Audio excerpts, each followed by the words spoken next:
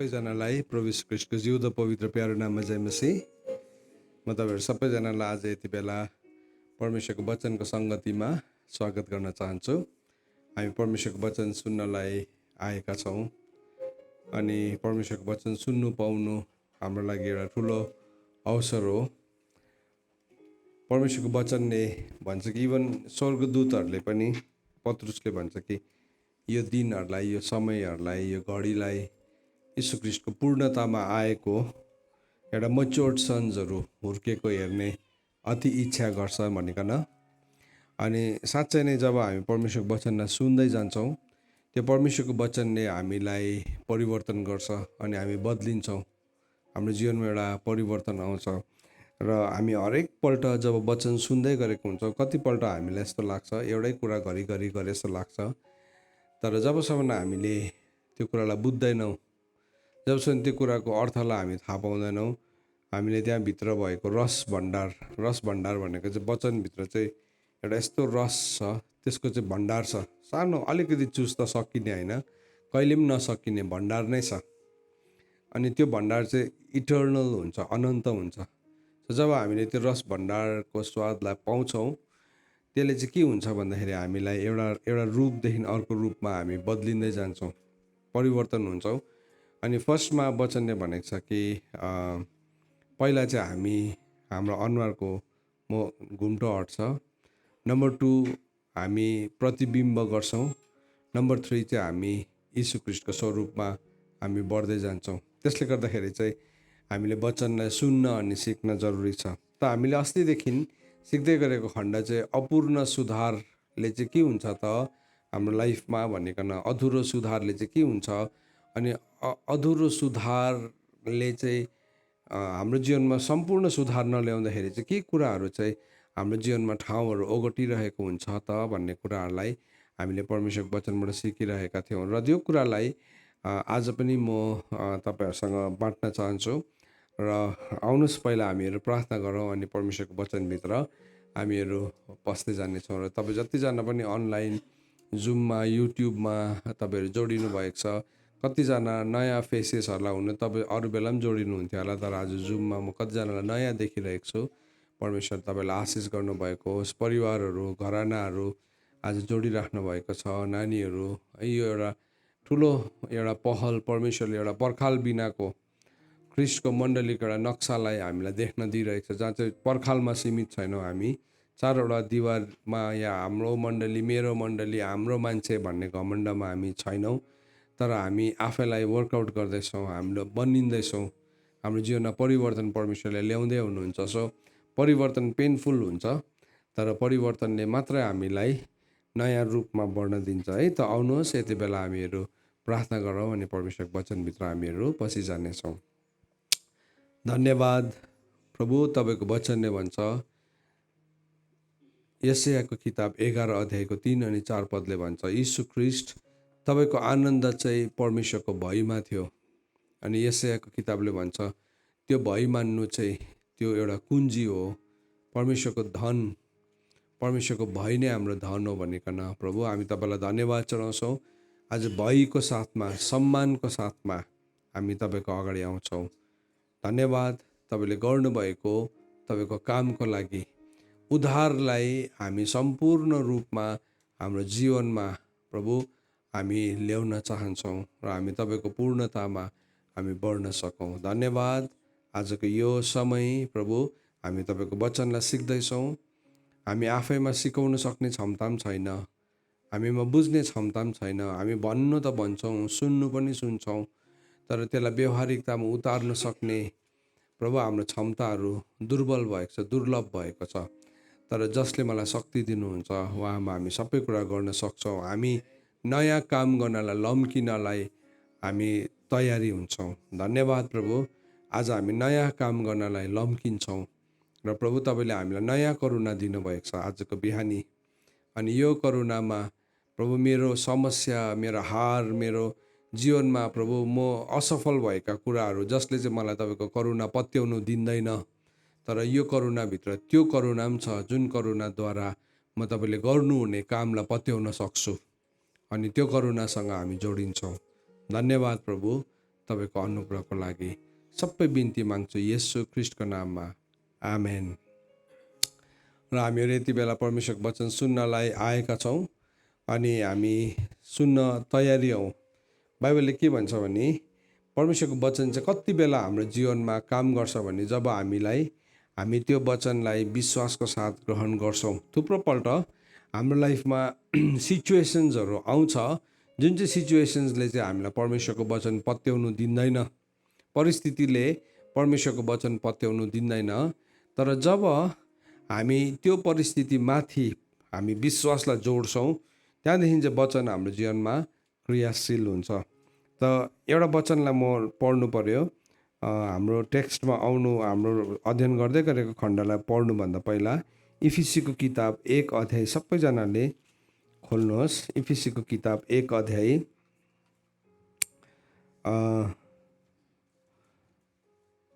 को 13 अनि 14 पद।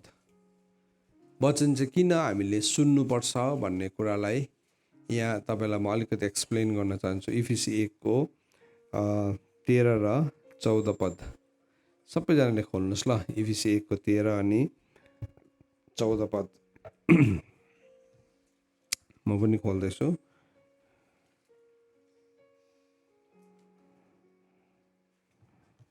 ओके, पाउनुभयो सबैले? ओके, म पढ्न चाहन्छु। यसरी भन्दैछ, तिमीहरू जसले सत्यको वचन अर्थात् आफ्नो मुक्तिको सुसमाचार सुन्यौ र उहाँमा विश्वास गर्यौ, उहाँमा नै तिमीहरूलाई प्रतिज्ञा गरेको पवित्र आत्माको छाप लगाएको थियो।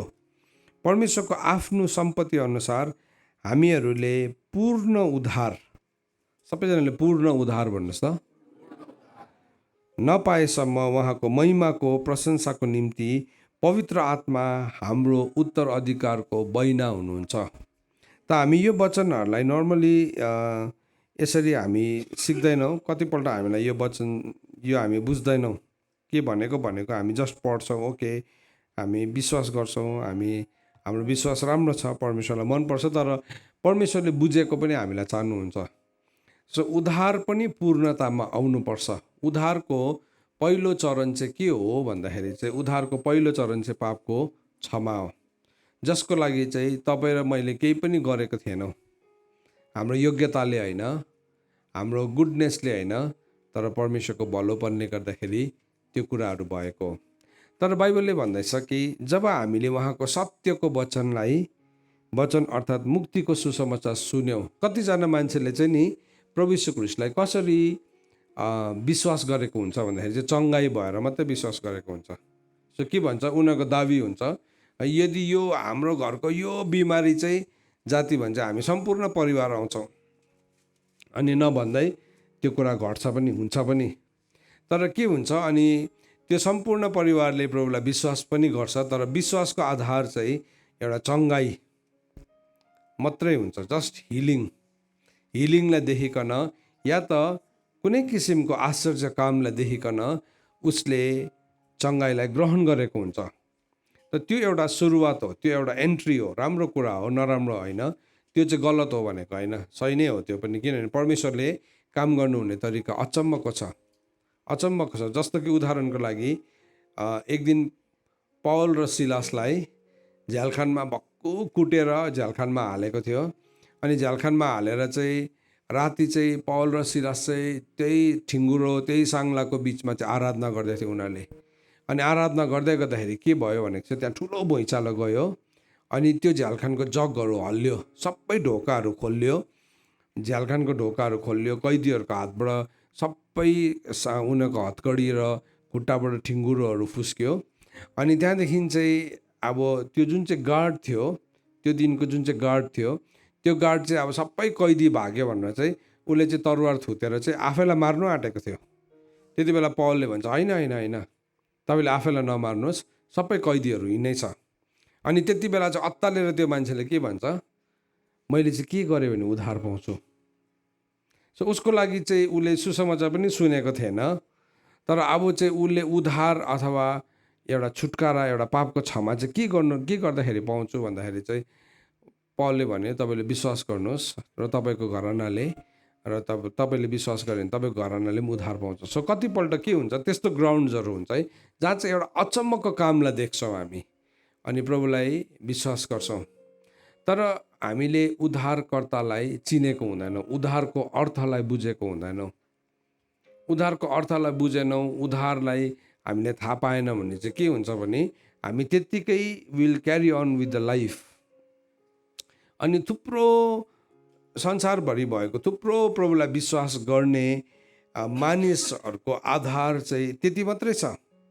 तपाईँलाई या मलाई कसैले तपाईँले उद्धार चाहिँ के हो त मलाई प्लिज एक्सप्लेन गरिदिनुहोस् भन्यो भने हामीले त अब सिकिरहेको छौँ यो कुरा। तपाईँले भन्नुहुन्छ उद्धार भनेको पापको क्षमा हो, तर उद्धार त्यति मात्रै हो भन्यो भने चाहिँ हामी अन्कनिन्छौँ अनि हामीले यो कुरालाई बुझ्नु निकै गाह्रो पर्छ। सो त्यस कारणले गर्दाखेरि चाहिँ हामीले जब सेवाकाई गर्दै गरेका हुन्छौँ, जस्तो कि हामीले न्यू बिलिभर्स फेलोसिप किन राखेको अनलाइन भन्दाखेरि चाहिँ त्यो न्यू बिलिभर्स फेलोसिपको उद्देश्य चाहिँ के हो भन्दाखेरि चाहिँ एउटा नयाँ विश्वासीले चाहिँ उसले बुझ्नुपर्छ के हो पापको क्षमाको अर्थ, के हो उद्धारको अर्थ, के हो मुक्तिको अर्थ, के हो अनन्त जीवनको अर्थ के हो, किन चाहिँ ऊ क्लास 1 देखि क्लास 2मा जानुपर्छ, किन एउटा कुरामा बढ्नुपर्छ भन्ने कुरालाई उसले बुझ्नुपर्छ। यदि बुझेन भने चाहिँ के हुन्छ भने अब उसकोमा एउटा घमण्ड हुन्छ। मैले विश्वास गरेको चाहिँ 25 वर्ष भइसक्यो या 30 वर्ष भयो, मैले विश्वास गर्दा तँ जन्मेको पनि थिइनस्, कहाँबाट आइस सिकाउने। आज थुप्रो किसिमको संसारमा भ्रमाउने आत्माहरू आइरहेको छ है। जस्तो कि अहिले एउटा चाइनामा एकदमै चल्दै गरेको इस्टर्न लाइट भन्ने एउटा फल्स टिचिङ आइरहेको छ। उनीहरूले वचन नै लिएर मजाले मान्छेलाई म्यानिपुलेट गरिदिनु सक्छ अनि त्यो उनीहरूको रङ एक दुईवटा पोइन्ट्सहरूलाई लिकन मान्छेलाई म्यानिपुलेट गर्छ र तपाईँ प्रभुलाई विश्वास भर्खर गर्नुभएको मान्छे हो र तपाईँले सत्यतालाई बुझ्नु भएको छैन भने तपाईँ क्यारिड अवे हुन्छ। सो अन्त त बाइबलले चाहिँ हामीलाई के सिकाएको छ सधैँ भन्दाखेरि चाहिँ तिमी शिक्षा र साक्षी भएको ठाउँ। त्यो भनेको चाहिँ यहाँ मैले सिकाउँदै गरेको चाहिँ शिक्षा र साक्षी हो भन्नु खोजेको होइन, त्यो कतै पनि होइन। तर शिक्षा र साक्षी भनेको चाहिँ के हो भने जुन चाहिँ कुरा सिकाइन्छ त्यो कुराको साक्षी पनि हुनुपर्छ, बुझ्नुपर्छ। Everybody has to understand. सबै घरानाले परिवारले कुरा बुझ्यो भने चाहिँ के हुन्छ भन्दाखेरि चाहिँ त्यो कुरा चाहिँ शक्तिशाली रूपमा बढेर जान्छ। तर के हुन्छ भने एकजनाले मात्रै बुझ्यो, घरको एकजनाले मात्रै बुझ्यो, परिवारको एकजनाले मात्रै बुझ्यो भने चाहिँ कन्फ्लिक्ट आउँछ घरभित्र नै। कतिपल्ट पति र पत्नीको बिचमा झगडा हुँदै गरेको हुन्छ प्रार्थनाले गर्दाखेरि, विश्वासको स्तरले गर्दाखेरि त्यहाँ अनइक्वल योग देख्छौँ हामी, कोल्टे भएको देख्छौँ। एकजनाले बुझिरहेको छ, अर्कोले कुरा बुझेको छैन। सो नबुझ्दाखेरि के भयो, उसलाई ओभरै गरे जस्तो लाग्छ, बुझ्नेलाई फेरि उसले केही नगरेको जस्तो लाग्छ। सो एउटा के भन्नु त्यहाँभित्र कन्फ्लिक्ट आउँछ।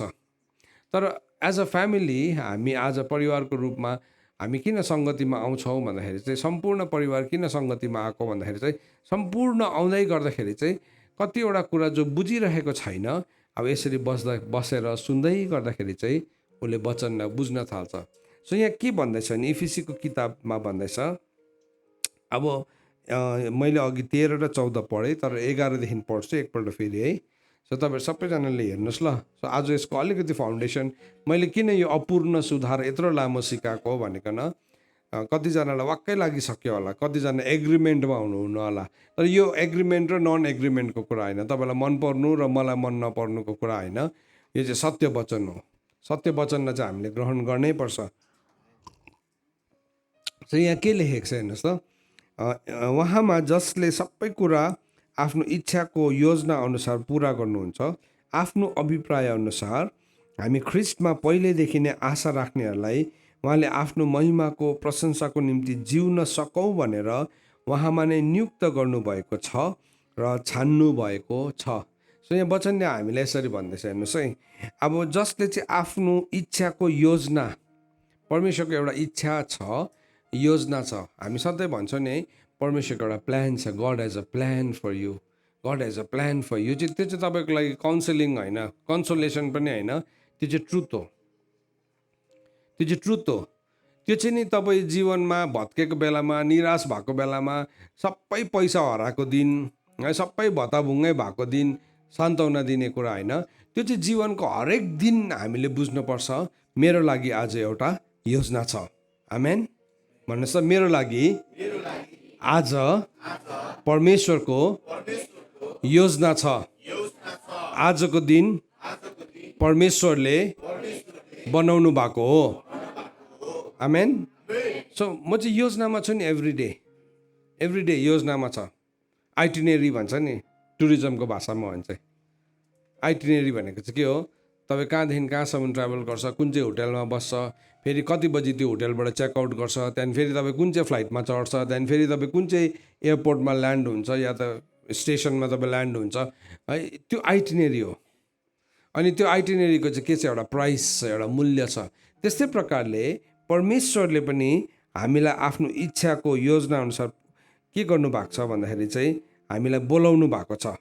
पहिलादेखि नै आशा राख्नेहरूलाई उहाँले महिमाको प्रशंसाको निम्ति जिउन सकौँ भनेर उहाँमा नियुक्त गर्नुभएको छ। सो मेरो जीवनको उद्देश्य चाहिँ के छ भन्दाखेरि चाहिँ, मेरो जीवनको आशा चाहिँ के रहेछ भन्दाखेरि, म चाहिँ परमेश्वरको महिमाको निम्ति, परमेश्वरको आशाको निम्ति जिउन सकौँ भनेर परमेश्वरले चाहिँ मलाई नियुक्ति छ। देयर इज एन अर्डिनेसन, त्यहाँ एउटा उद्देश्य छ। सो त्यो उद्देश्य चाहिँ मलाई जेसुकै गर्नु मन पर्यो, म बिग्रे लथालिङ्गै भयो, एक दिन कहीँ केही नलाग्दाखेरि चाहिँ अन्तमा गएर प्रभुलाई पछ्याएको होइन, नफुटिकन नभत्किकन नै, केही नबिग्रिकन नै अस्तित्वमा आउनुभन्दा अगाडि नै त्यो मेरो लागि थियो। त किन चाहिँ त्यसो मेरो जीवनमा यो सबै घटना घट्यो त भन्दाखेरि चुनावले गर्दाखेरि हो। It is because of the choices we make. आज पनि हामीले जबसम्म सत्यको वचनलाई पालन गर्दैनौँ, त्यसको मुनि भए त्यहाँदेखि 13 पदमा भन्दैछ, तिमीहरू जसले सत्यको वचनलाई सुन्यौ। अब सुन्नुपर्ने चाहिँ के रहेछ भन्दाखेरि चाहिँ सत्यको वचन है। सत्य चाहिँ को हुनुहुन्छ? ख्रीष्ट येशू हुनुहुन्छ। वचन को हुनुहुन्छ? येशू ख्रीष्ट नै हुनुहुन्छ। सो जब चाहिँ तिमीले सत्यको वचन अथवा येशू ख्रीष्टलाई तिमीले चिन्नु थाल्छौ, you understand him, you know him, तपाईँले चिन्न थाल्नुहुन्छ नि। त्यो चाहिँ कसरी थाहा पाउँछ? आज त्यो वचन चाहिँ हाम्रो लागि लिखित पनि छ, यहीँ लेखाइ पनि छ।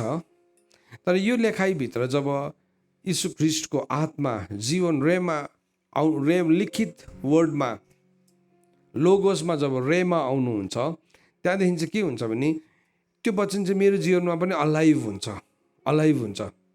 म आज किन सेवक हो भन्दाखेरि नि एउटा कारणले गर्दाखेरि, एउटा थुप्रो कारण, out of so many reason, एउटा मेन रिजन चाहिँ के हो, मेरो लागि वचन जिउँदछ, एभ्री डे नै जिउँदछ।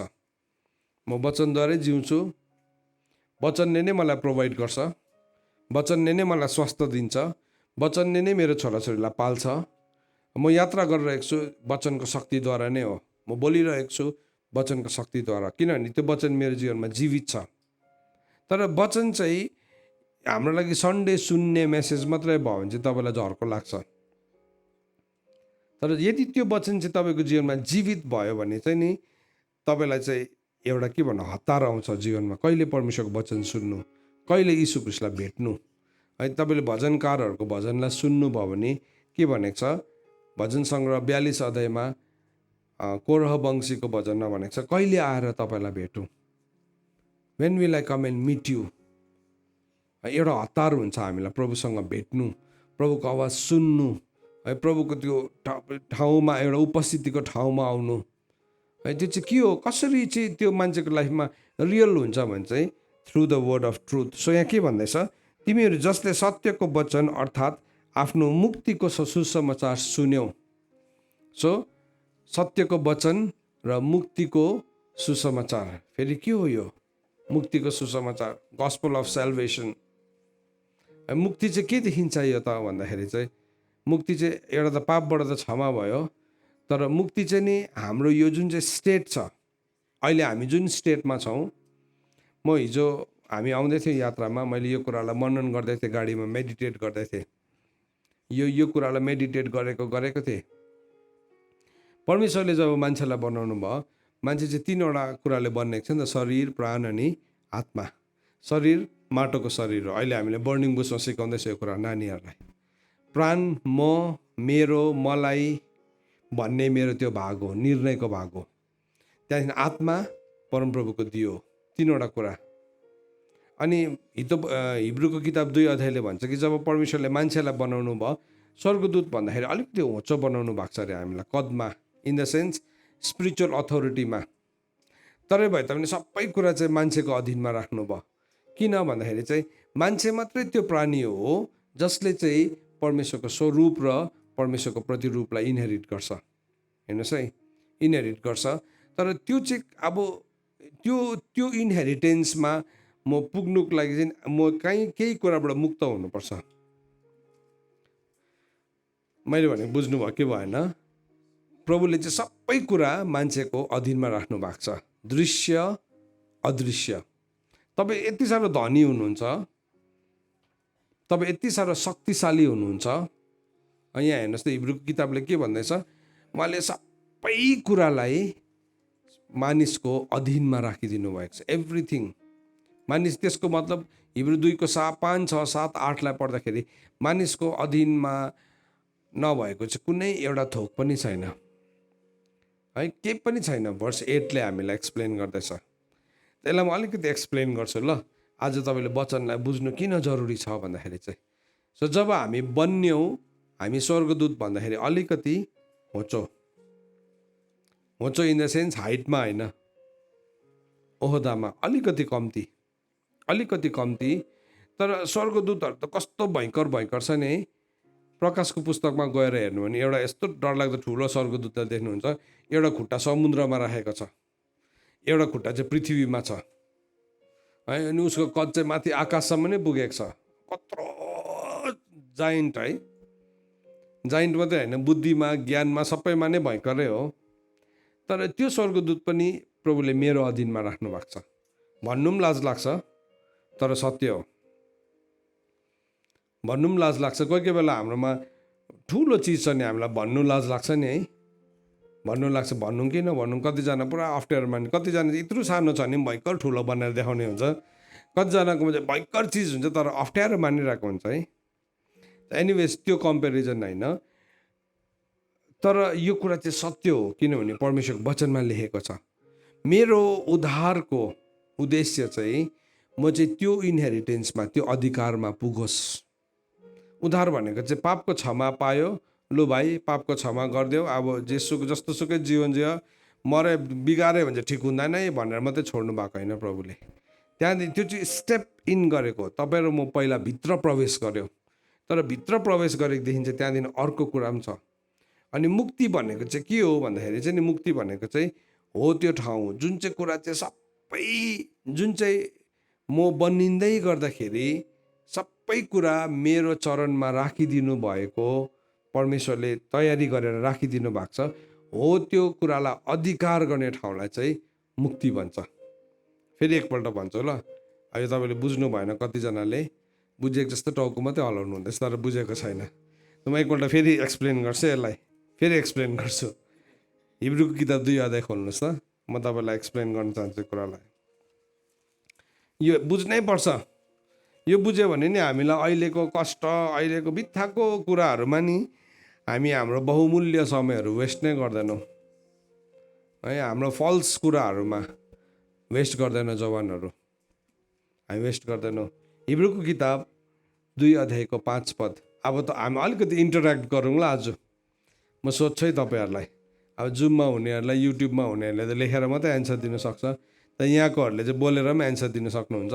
त्यसले गर्दा ध्यान दिएर पढ्नुहोस् ल। 5 पदलाई पढौँ हामी पहिला। हिब्रू 2 5 पद। तपाईँले के बुझ्नुभयो, जे बुझ्नु भने पनि भन्दा हुन्छ है, तर बुझ्ने चाहिँ कोसिस गर्नुहोस्, तन्किनुहोस् ल। 1 2 3। हामीले कुरा गर्दै आएको त्यो आउँदो संसारलाई परमेश्वरले स्वर्गदूतको अधीनमा राख्नु भएन। ओके, के बुझ्नुभयो? लु तपाईँले के बुझ्नुभयो? हामीले कुरा गर्दै आएको आउँदो संसार चाहिँ के बुझ्यो? के बुझ्नुभयो तपाईँले? हजुर लु भनिदिनुहोस् त, कुन चाहिँ संसारको कुरा गर्दैछ हामीले? हजुर 1000 वर्षको। ओके, हुन्छ, थ्याङ्क यू भाइ। 1000 वर्षको, ओके। अरू? हजुर new heaven and new earth. Okay, हुन्छ, थ्याङ्क यू। हजुर हजुर, आत्मिक संसार। ओके, हामीले अब एउटै कमन अन्डरस्ट्यान्डिङमा त आउनु पऱ्यो नि, वचनको एकतामा त आउनै पऱ्यो नि हामी। अरू परमेश्वरको राज्य। ओके, अरू नानीहरूलाई पनि सोध्नु पऱ्यो के हो, कुन चाहिँ संसारको कुरा गर्दैछ। किनभने कोही कोही बेला हाम्रो प्रचार कस्तो हुन्छ, अच्छा तिमी भयङ्कर भएर अमेरिकालाई रुल गर्नुपर्छ, तिमी भयङ्कर पढेर संसारलाई जित्नुपर्छ भनेर। अब आउँदो संसार भनेको त्यो पो हो कि?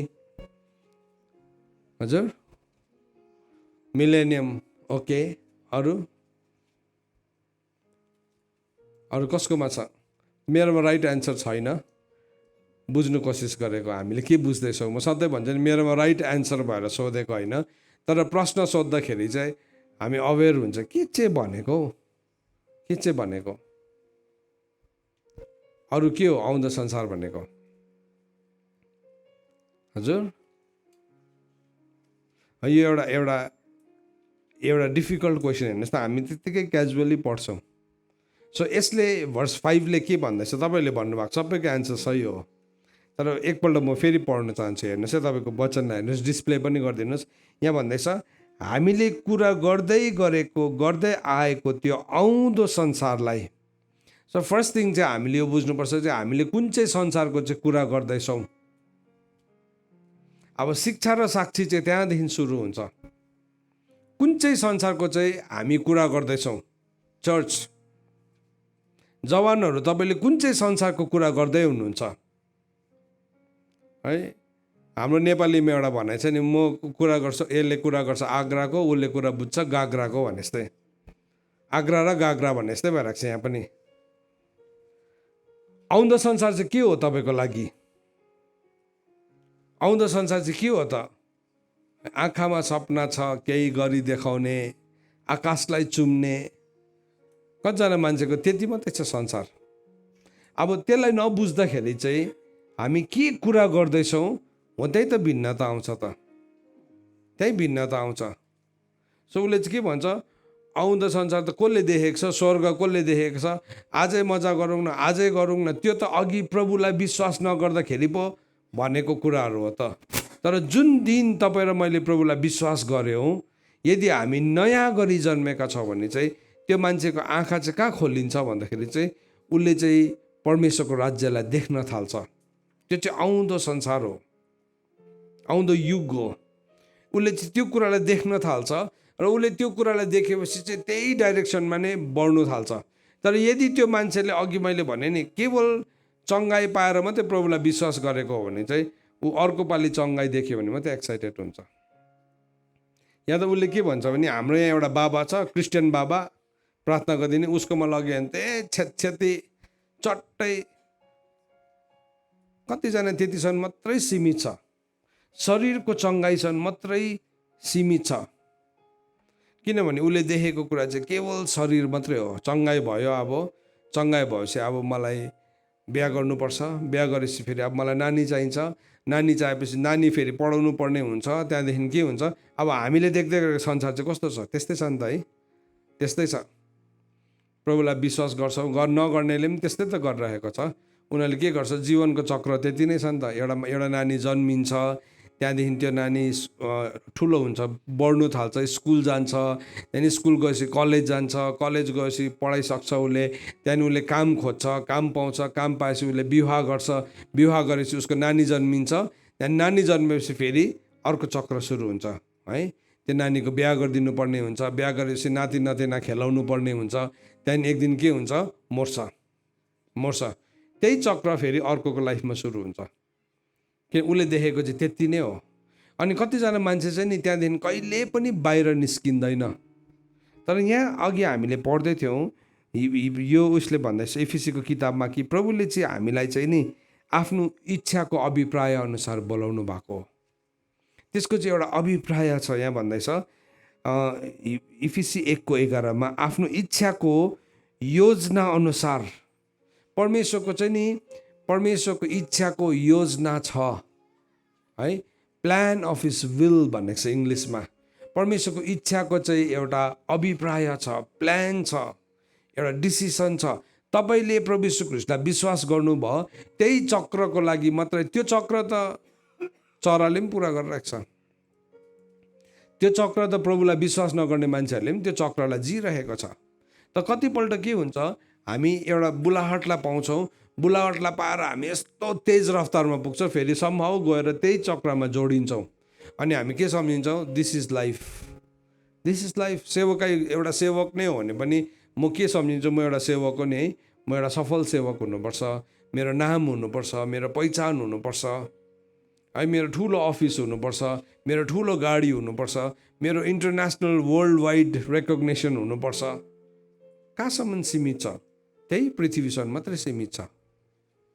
तर मलाई नचिन्ला कसैले पनि, तर एउटा मान्छेलाई मैले सत्य बुझाउनुमा सफल भयो भने चाहिँ उसलाई चाहिँ मैले पारी पुऱ्याएँ। उसलाई चाहिँ नि मैले त्यो राज्यलाई, त्यो आउने युगको कुरालाई बुझाउन सकेँ, आउने समयलाई देख्न सक्यो। अब चर्च हामी चाहिँ कसको लागि प्रिपरेसन हुँदैछ भन्नुहोस् त? एन्ड डेज चाहिँ हो, हामी एन्टिक्राइस्टदेखि बाँच्नुको लागि होइन, तर हामी चाहिँ आउनेवाला युगमा पस्नको लागि तयारी हुँदैछौँ। आमेन। तर हो तपाईँको तयारी त्यो? यो यहाँ चाहिँ त्यो तयारी गराउँदैछौँ हामी चाहिँ त्यो तयारीमा छौँ।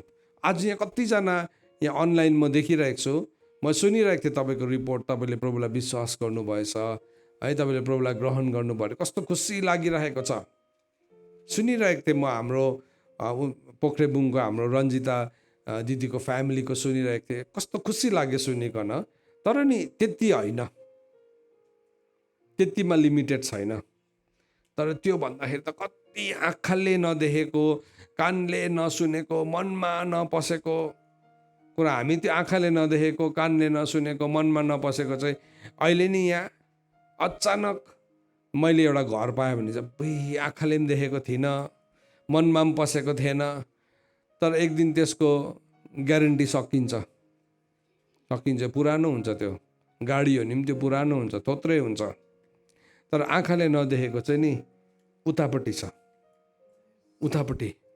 म आज तपाईँसँग वचन सिकाउँदै मैले त्यो देखाउनु सफल भइनँ भने चाहिँ नि, म यी शरीरकै कुरा गरेँ भने चाहिँ म परमेश्वरको अगाडि एक दिन लज्जित हुन्छु, म लज्जित हुन्छु। सो हिब्रूको किताबले के भन्दैछ भने नि, अब हामीले 2:5 पढ्यौँ हामीले है, 6लाई पनि पढौँ, 6लाई पनि, हिब्रू 2:6लाई पनि अब अलिकति पुस गर्दैछु ल तपाईँहरूलाई, अलिकति ठेल्दैछु यो ठाउँमा। यहाँ हामी ठेलिनुपर्छ, होइन भने नि हामी फेरि शरीरमा अभियानभित्र फेरि हामी शरीर कार्नल माइन्डेड मात्रै हुन्छ है, त्यसमा त यस्तै छिटो एकता आउँछ। तर हामी स्पिरिचुअल पनि हुनुपर्छ हो, हाम्रो जिम्माहरू छ, हामीले पुरा गर्नुपर्छ। तर सँगसँगै हामी आत्मिक रूपमा बढ्नु पनि पर्छ। सो हिब्रू 2:6 लेखेको छ, पढौँला 1, 2, 3।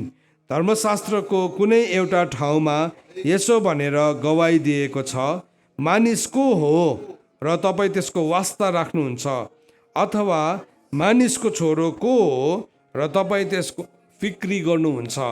आमेन। परमेश्वरलाई त केही कुराको पनि फिक्री छैन नि है।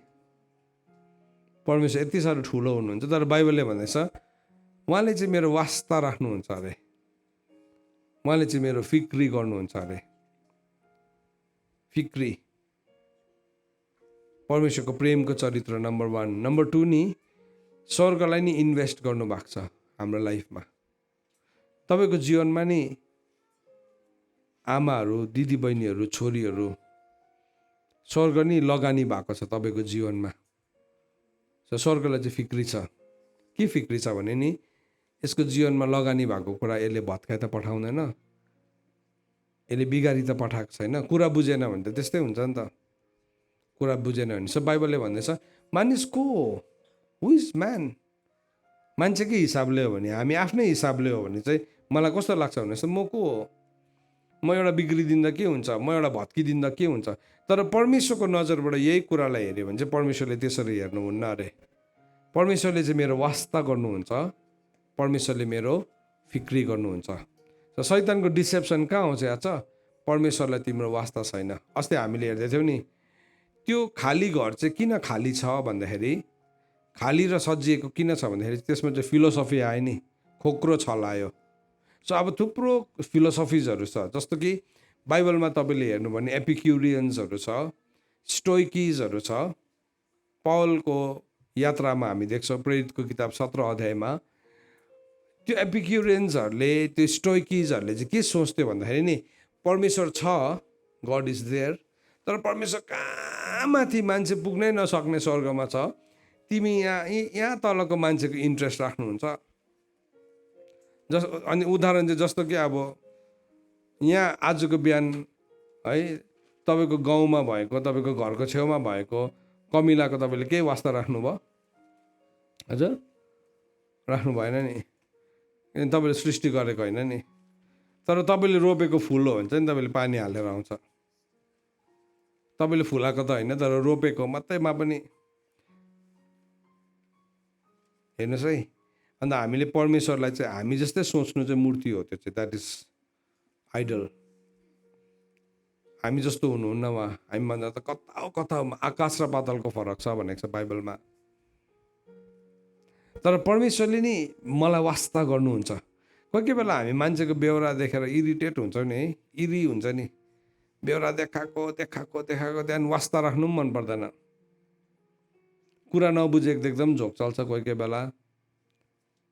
तर नि परमेश्वरले त्यतिकै छोड्नुहुन्न। किन भन्नुहोस् त, तपाईँभित्र चाहिँ एउटा बहुमूल्य धन छ, म भित्र चाहिँ एउटा महिमाको चाहिँ यति साह्रो बहुमूल्य धन छ।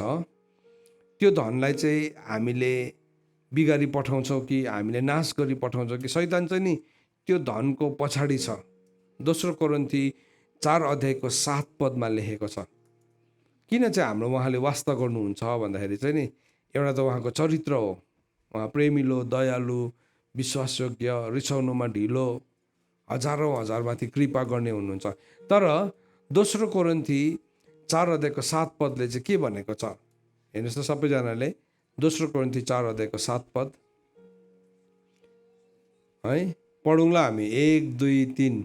सर्वश्रेष्ठ शक्ति हाम्रो होइन तर परमेश्वरको हो भनी प्रष्ट पार्न यो धन हामीसित माटोको भाँडाहरूमा छ।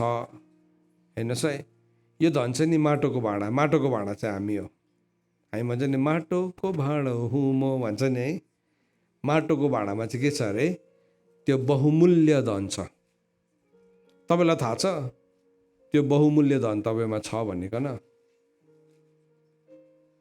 हामी त के भन्छौँ, हाम्रो नेपाली भनाइ, बिग्रेको मान्छेको भत्केको घर, भत्केपछि के को डर है, या त आयो सार कि लायो सार, मरेपछि लम्पसार है। स्वर्ग कसले देखेको छ, कसले देखेको छ? त्यहाँदेखि हामी जिन्दगी कस्तो छ, आमा मारुनी, बाउ मादले है, छोराछोरी भल्डाङ बुल्डुङ देउन लाताले है, त्यस्तै जिन्दगी जिउँछौँ। समहाउ हामीलाई भन्दाखेरि हाँस उठ्छ, तर त्यो कुराहरू चाहिँ नि हाम्रो नसामा गाडेको छ। बाइबलले चाहिँ भन्दैछ म मारुनी पनि होइन अरे, मादले पनि होइन अरे, म भित्र चाहिँ सर्वश्रेष्ठ धन छ अरे। आमेन।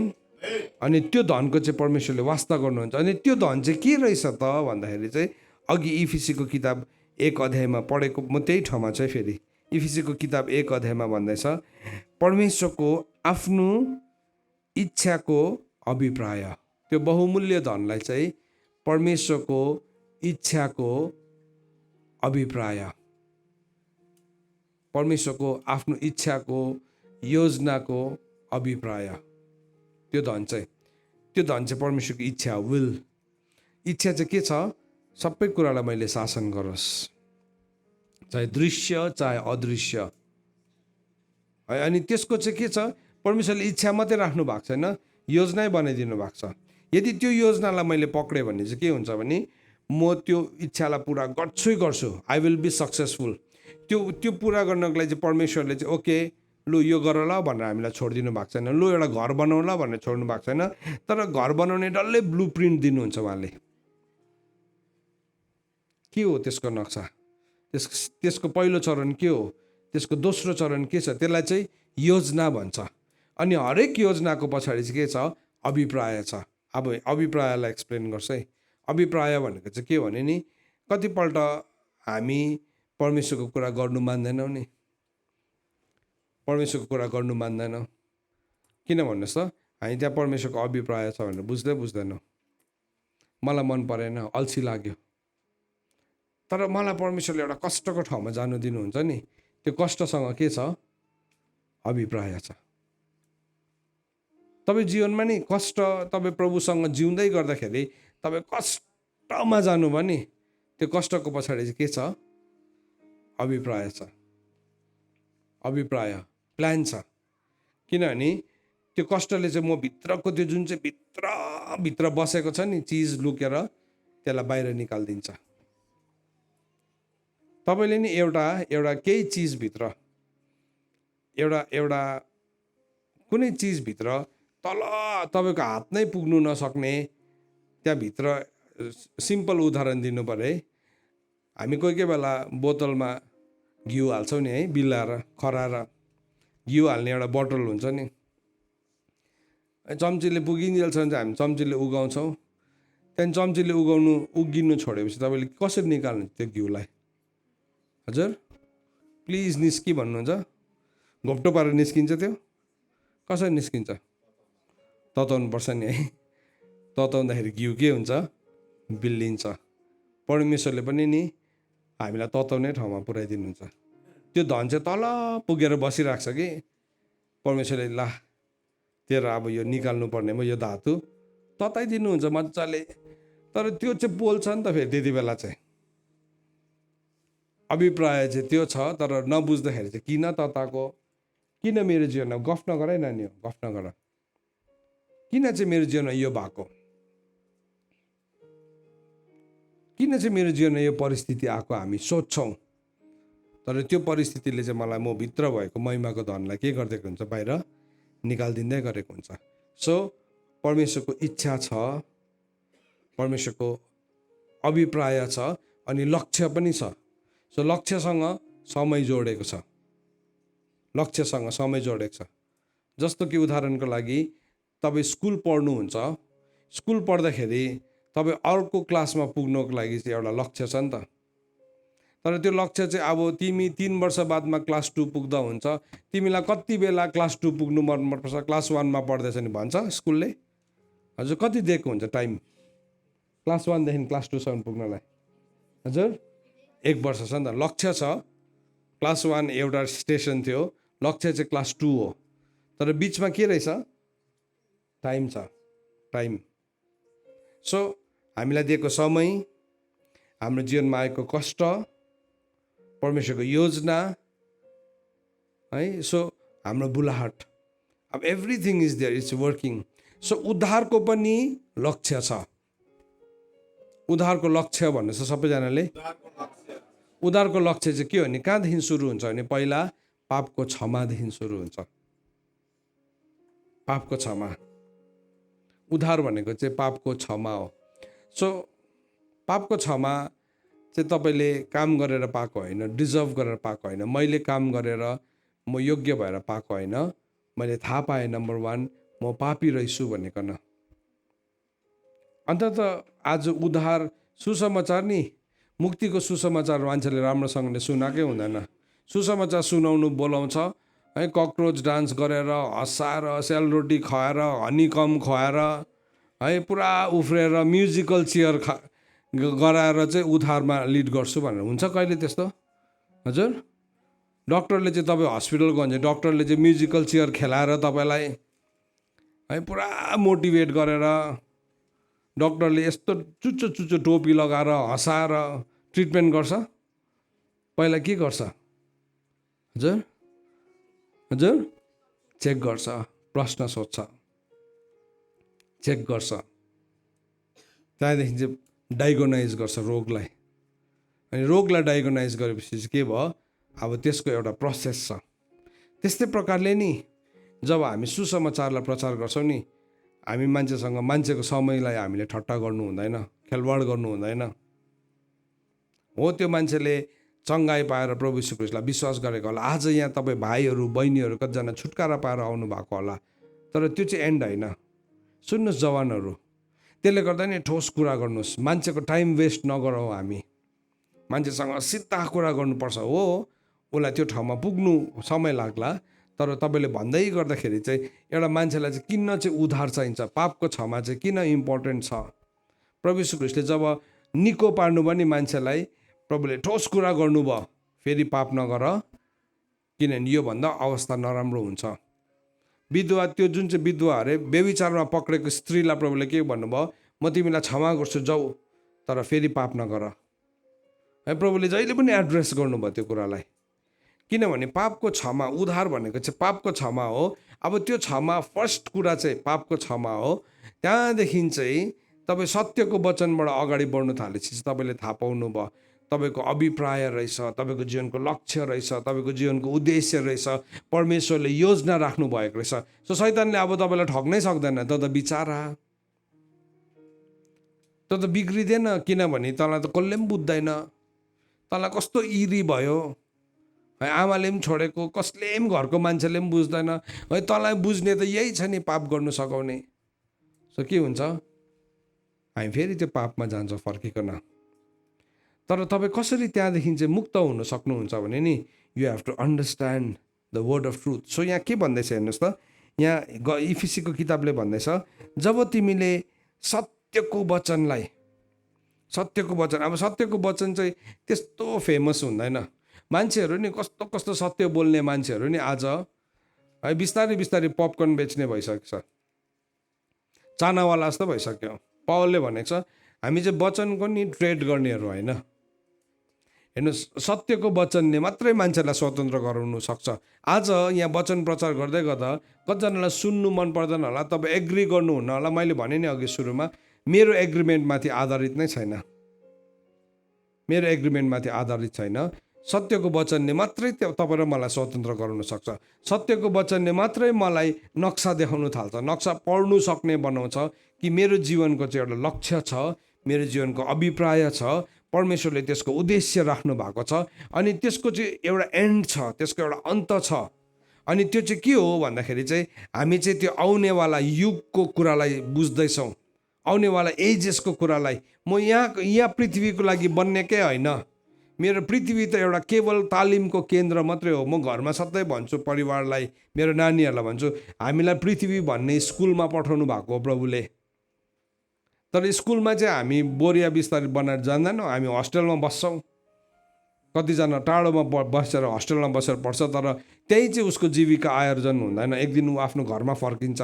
त्यस्तै प्रकारले एक दिन हामी हाम्रो अनन्तको घरमा, जो चाहिँ परमेश्वरले यो पृथ्वीलाई सृष्टि गर्नुभन्दा अगाडि नै उहाँको इच्छाको, उहाँको लक्ष्यको एउटा अभिप्राय राख्नु भएको छ हो, त्यसलाई बुझ्यो भने चाहिँ हामी सीमित हुँदैनौँ। किन चाहिँ आज हामी रिसाइरहेको छौँ, किन हामी स्वार्थी छौँ, किन हामीलाई आरिस लागेको, किन हामी झुट बोलेको, किन हामी कभर अप गर्छौँ, किन हामी सत्यतादेखि अनदेखा गर्छौँ भने किनभने हामी यहाँ अल्मलिनु हामीलाई मन परिरहेको छ, यहाँ टोल्लिनु मन परिरहेको छ। हामीले सम्झिरहेको छौँ यो टेम्पोरेरी प्लेस नै हाम्रो रियालिटी हो भनेकन। होइन, यो चाहिँ रियालिटी होइन, यो चाहिँ एउटा सपना जस्तै हो। आज जुन चाहिँ विपना छ नि, वास्तवमा यो चाहिँ एउटा सपना जस्तै हो, तर रियल ठाउँमा हामी पुग्नलाई तयारी छ। यदि तपाईँ सङ्गतिमा जाँदै हुनुहुन्छ र त्यो सङ्गतिले तपाईँलाई त्यो डाइरेक्सनमा पुऱ्याएन भने चाहिँ you're just beating around the Bush. इङ्ग्लिसमा एउटा भनाइ छ नि, घाँसको वरिपरि घुमिरहेको मात्रै राखेको छौँ हामी। तर यो चाहिँ एउटा यात्रा हो, यो एउटा जर्नी हो। अनि जुन चाहिँ जर्नीद्वारा चाहिँ हामी परमेश्वरको रियालिटीभित्र पस्छौँ। मेरो लागि नि प्रभु यीशु ख्रीष्टले ठाउँलाई तयारी पारिराख्नु भएको छ। यूहन्नाको किताब 14 अध्यायमा भन्नुभएको छ, म तिमीहरूको लागि ठाउँ तयारी पार्न जान्दैछु। मेरो लागि त ठाउँ पो छ त, यो पृथ्वी त हाम्रो लागि रहिरहने ठाउँ नै होइन। त कतिपल्ट के हुन्छ भने नि, हामी त्यो डाइरेक्सनमा बढ्दै बढ्दै बढ्दै गएको हुन्छौँ, तर संसार चाहिँ यस्तो रमाइलो देख्न थाल्छौँ हामी, यस्तो रमाइलो। तपाईँको नानीलाई नि उसले बजारमा त्यो एकदमै रङ्गिन टल्किने गुडिया मन पराएको जस्तो मात्रै हो, जो चाहिँ उसको लागि एकदमै अनहेल्दी छ, जो चाहिँ उसको लागि एकदमै डेन्जरस छ। तपाईँ आमा बाउले त डिसाइड गर्नुहुन्छ होइन होइन नानी पर्दैन, तर त्यसको लागि जो कति रुन्छ। हामी पनि आत्मिक रूपमा बढेन भने चाहिँ नि हामी यही पृथ्वीको कुराहरूको लागि रोइरहेका हुन्छौँ। तर परमेश्वरको एउटा अभिप्राय छ, अनि त्यो अभिप्रायमा चाहिँ यहाँ वचनले के भन्दैछ भने अब इफिसी 2:13 पदलाई हेर्नुहोस्, त्यहाँ के भन्दैछ। अब यहाँ हेर्नुहोस् है, सबैजनाले ध्यान दिएर सुन्नुहोस् ल। इफिसी 2:13 पद। तपाईँ जतिजना जुममा हुनुहुन्छ तपाईँ बाइबल खोल्न सक्नुहुन्न है। तपाईँले छेउमा खोल्नु जान्ने मान्छेले पनि खोलेर पढेर सुनाइदिनुहोस्। यहाँ भन्दैछ, तिमीहरू जसले सत्यको वचन अर्थात् मुक्तिको सुसमाचार सुन्यौ र उहाँमा विश्वास गर्यौ। अब हाम्रो विश्वास चाहिँ केमा हुनुपर्छ? अब जब तपाईँ सङ्गतिमा आउनुहुन्छ नि, त्यो सङ्गतिभित्र चाहिँ सत्यको वचन प्रचार गर्नुपर्छ। सो वर्ड अफ ट्रुथ छैन भने चाहिँ, सत्यको वचन छैन भने चाहिँ के हुन्छ भने नि, अब यहाँ आएर जे भन्दा पनि भयो, पसि त हाल्यो भित्र। एक दिन एउटा सिनेमा हलमा सिनेमा हेर्नु एउटा मान्छे चाहिँ ढिलो पुगेछ, टिकट चाहिँ थियो अरे। अनि त्यो टिकट चाहिँ अब लिएर ऊ गेटकिपरकोमा गएर पस्नु खोज्दाखेरि चाहिँ उसलाई पस्नै दिएन अरे गेटकिपरले। पुरा रिसाएछ त्यो मान्छे, मलाई किन पस्नु नदिएको, मलाई प्लिज पस्न दिनुहोस्, मेरो टिकट पनि छ, मलाई यो पिक्चर हेर्नु कहिलेदेखि मन परेको, यो मुभी हेर्नु मलाई कहिलेदेखि मन परेको। हुँदैन है। त्यहाँदेखि चाहिँ त्यो मान्छेले धम्काएछ बाहिर, तैँले मलाई पस्नु दिनुहोस् भने चाहिँ म अब पुलिस लिएर आउँछु, मेरो टिकट पनि छ तरै भए पनि तैँले मलाई पस्नु दिँदैनस् भन्दाखेरि चाहिँ नि, त्यति बेला गेटकिपरले भनेछ अरे एउटा सत्यता, कटु सत्यता भनेछ अरे। के भनेछ भन्दाखेरि चाहिँ, अहिले मैले तिमीलाई यहाँभित्र पस्नुको लागि गेट खोलिदियो भने यहाँभित्रको सबैजना सिनेमा छोडेर भाग्छ भने अरे। यति साह्रो बित्थाको थिएछ अरे त्यो सिनेमा। कोही बेला नि जब एउटा मान्छे उद्धारमा आउँछ नि, त्यहाँदेखि चाहिँ हामी मान्छेसँग बित्थाको कुराहरू गर्न थाल्छौँ। पक्कै हुन्छ मान्छे। आज नि तपाईँहरू सत्यतासँग नरिसाउनुहोस्, सत्यतालाई अँगाल्न सिक्नुहोस्। किनभने जुन दिन तपाईँले बित्थाको कुराको 1-2 दिन त कस्तो मजा आउँछ नि। तपाईँहरू कतिजना लामो यात्रा गर्दाखेरि अनुभव गर्नुभएको छ नि है, कस्तो मजा आउँछ। हामी यहाँदेखि जानु हो भने उहाँ तल भोटे भिरदेखि सुरु हुन्छ, सुकुटीदेखि सुरु हुन्छ है। कसैको आफ्नो छ, किर्ने छ, कसैको मल्ली छ है, कसैको सिलगढीको छ। मजा आउँछ जाँदाखेरि। कोही बेला खाना खानु मजा आउँछ, तर त्यो खाना तपाईँले एभ्री डे खानुहोस् त, अल्टिमेटली के हुन्छ भन्नुहोस् त, घरकै खाना याद आउँछ तपाईँलाई। बेसिक अर्ग्यानिक फुड याद आउँछ। मान्छेलाई नि आज नि स्पिरिचुअल जङ्क यति साह्रो बेसी छ पृथ्वीमा, बित्थाको कुरा गरिरहेको छ। अनि बाइबलले भनेको छ अन्तको दिन त्यस्तै हो। मान्छेलाई नि आफूलाई मनपर्ने शिक्षकहरूको थुप्रो लगाउँछ, जसले चाहिँ नि भन्दै गरेको कुन कुरा उनीहरूको कानमा मजा आउँछ। तर यहाँ चाहिँ पौलले भन्दैछ, तिमीले चाहिँ यीशु ख्रीष्टलाई चाहिँ कसरी विश्वास गरेको भन्दाखेरि चाहिँ मुक्तिको सुसमाचारलाई तिमीले सुन्यौ, उहाँलाई विश्वास गर्यौ। हो, त्यो मुक्तिको सुसमाचार सुनेर विश्वास गर्नेहरूको हृदयभित्र चाहिँ नि एउटा छाप लगाएको हुँदो रहेछ।